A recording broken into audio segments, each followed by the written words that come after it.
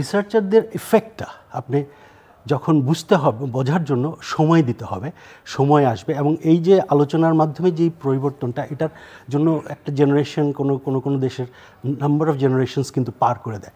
আমরা যদি আমাদের ৭১-এর কথাই ধরি, তখন আমরা কি তৈরি করেছিলাম, যে কথাটা এখন আসছে, যেটার জন্য আপনি যে কথার মৌলিক কোনো পরিবর্তন আসছে, তখন কিন্তু আমরা আমাদের ন্যাশনালিটিটাকে কোনো ধর্মভিত্তিক রিলিজিয়ন ভিত্তিকের উপর আমরা কিন্তু স্টাবলিশ করি।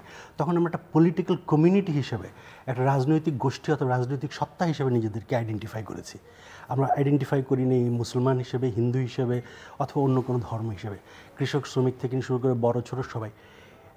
2024-এর অভ্যুত্থান বলেন, অথবা আমি অবশ্য বিপ্লব বলি না, বাট এখানে কিন্তু একটা এলিমেন্ট ছিল যেখানে রাজনৈতিক সত্তা হিসেবে আমাদেরকে ইরেসপেক্টিভ অফ রিলিজিয়ন অথবা অন্যান্য যেসব আইডেন্টিটি আছে, মাইনরিটি, মেজরিটি, এগুলোকে বাদ দিয়ে একটা রাজনৈতিক পলিটিক্যাল এন্টিটি হিসেবে যে সত্তা তৈরি করার একটা উপাদান কিন্তু এসেছিল। কীভাবে এসেছিল? আপনি এখানে প্যারেন্টস ছিল, যে প্যারেন্টস তার ছেলেকে পিঠের উপর বাবা দিয়ে বলতেছে যে তুই যা, পুলিশ নিয়ে যাচ্ছে, পানি দিচ্ছে। এখানে রিক্সা চালক ছিল, এখানে সমাজের বিভিন্ন শ্রেণী পেশার মানুষ ছিল। এখন সব উচ্চবিত্ত মধ্যবিত্ত ডিওজেস, যেগুলো ধরেন ডিফেন্স অফিসার হাউজিং সোসাইটি, যেটা সেখানে ছেলেমেয়েরা বেরিয়ে আসছে।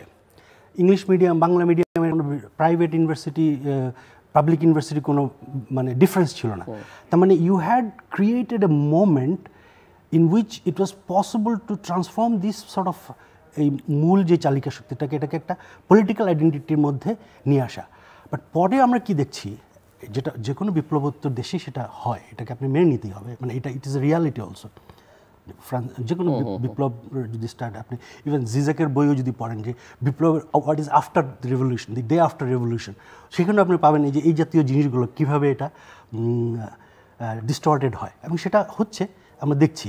বাট এই ট্রায়াল এররের মধ্যে দিয়ে একটা সময় হয়তো আমরা জাতিসত্তা হিসেবে ম্যাচিওর হব।